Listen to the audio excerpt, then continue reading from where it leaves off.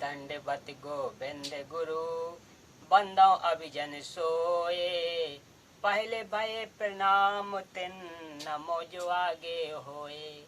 गुरु को कीजे दंडवत कोट कोट प्रणाम। कीट न जाने ब्रंग कोयो गुरु कर आप समान।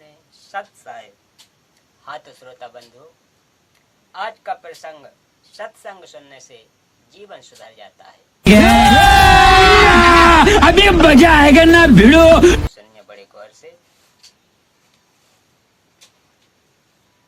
परमेश्वर कबीर जी रात्रि में घर घर सत्संग करते थे। दिन में अपने निर्वाह के लिए सब श्रोता तथा कबीर जी कार्य करते थे। एक रात्रि में सत्संग चल रहा था। थोड़ी दूरी पर काशी शहर की प्रसिद्ध वेश्या चंपाकली का आलीशान मकान था।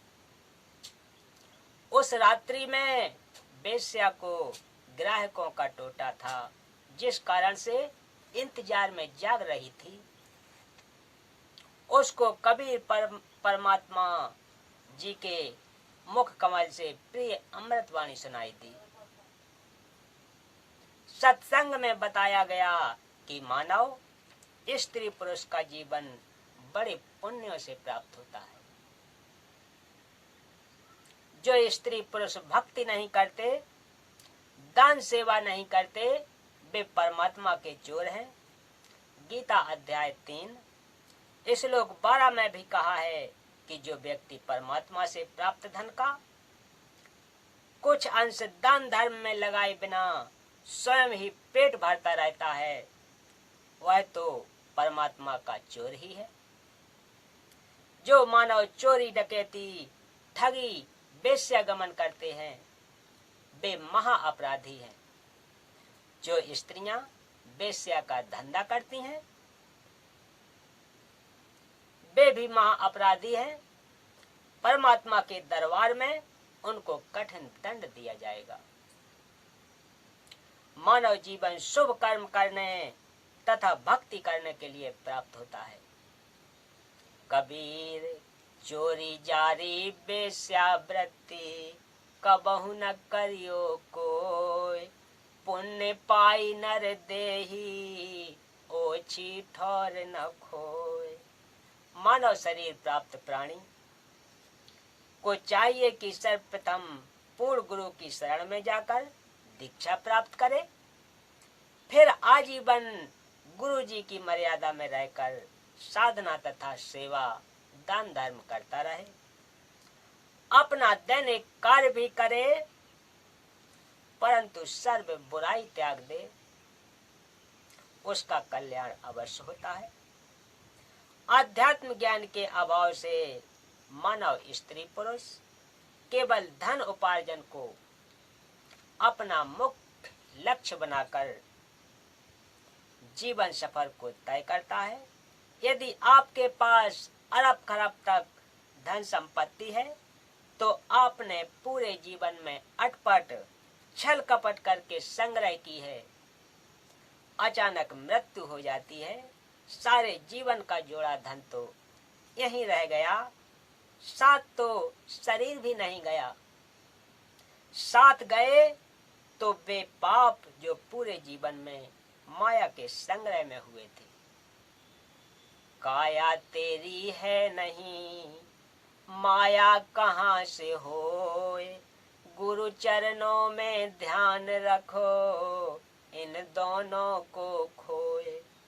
जिस काया को रोग मुक्त कराने के लिए मानव अपनी संपत्ति को भी बेचकर उपचार कराता है, कहा है कि काया भी आपके साथ नहीं जाएगी। माया की तो बात ही क्या है। पूर्ण गुरु जी से दीक्षा लेकर दिन रात भक्ति कर, गुरु जी के बताए ज्ञान को आधार बनाकर जीवन की राह पर चल। काया तथा माया से मोह हटाकर भक्ति धन संग्रह कर।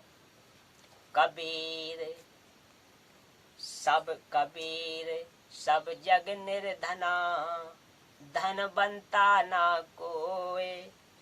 धनवान वह जानिए जाके राम नाम धन होए। हे मानव, मानव का पिछला इतिहास देख ले।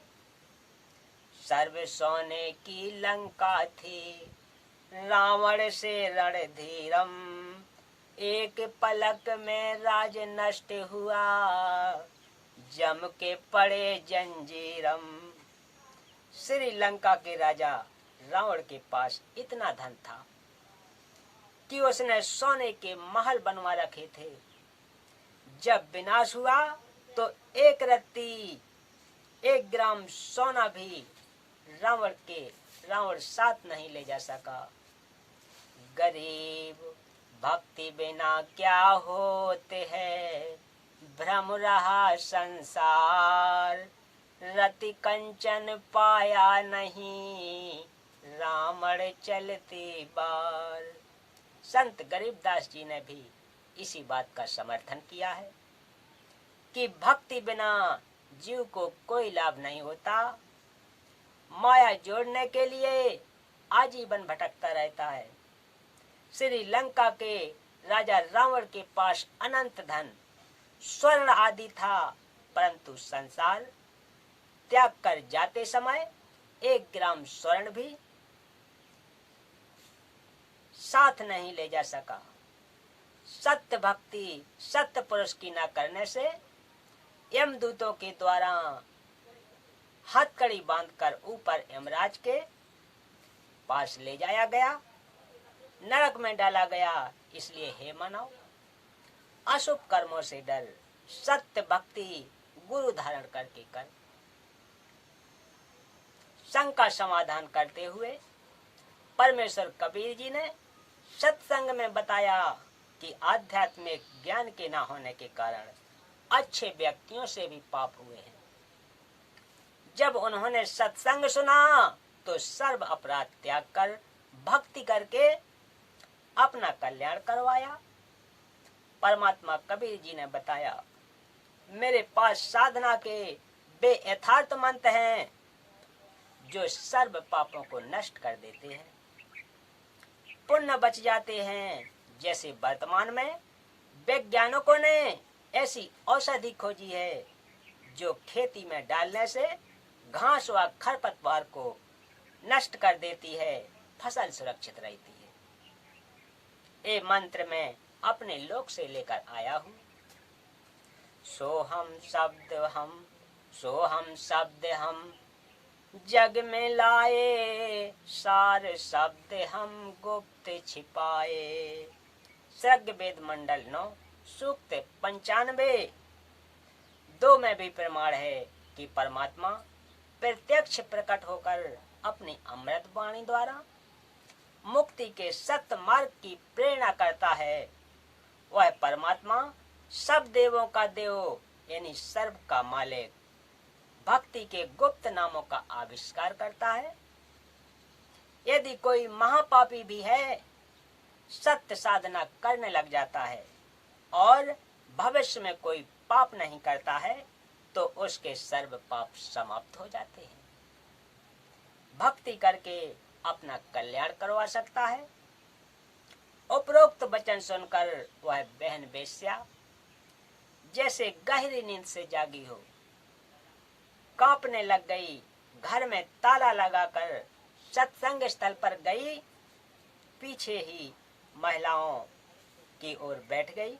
सत्संग समाप्त होने के पश्चात आवाज लगी कि जो दीक्षा लेना चाहता है वह आगे गुरुदेव के पास आ जाए। कुछ स्त्री तथा पुरुष उठकर आगे आए। वह वेश्या भी आई और गुरुदेव जी को अपना परिचय दिया और बताया कि मैंने तो 40 वर्ष की आयु में प्रथम बार ये उपकारी वचन सुनने को मिले हैं। हे परमात्मा, क्या मेरे पापिन का भी कल्याण संभव है? वैसे तो आप जी ने सर्व समाधान सत्संग में बता दिया, परंतु जब अपने घृणित जीवन को झांक कर देखती हूँ तो गिलानी होती है तथा विश्वास नहीं हो रहा कि मेरे जैसी अपराधी को क्षमा कर दिया जाएगा।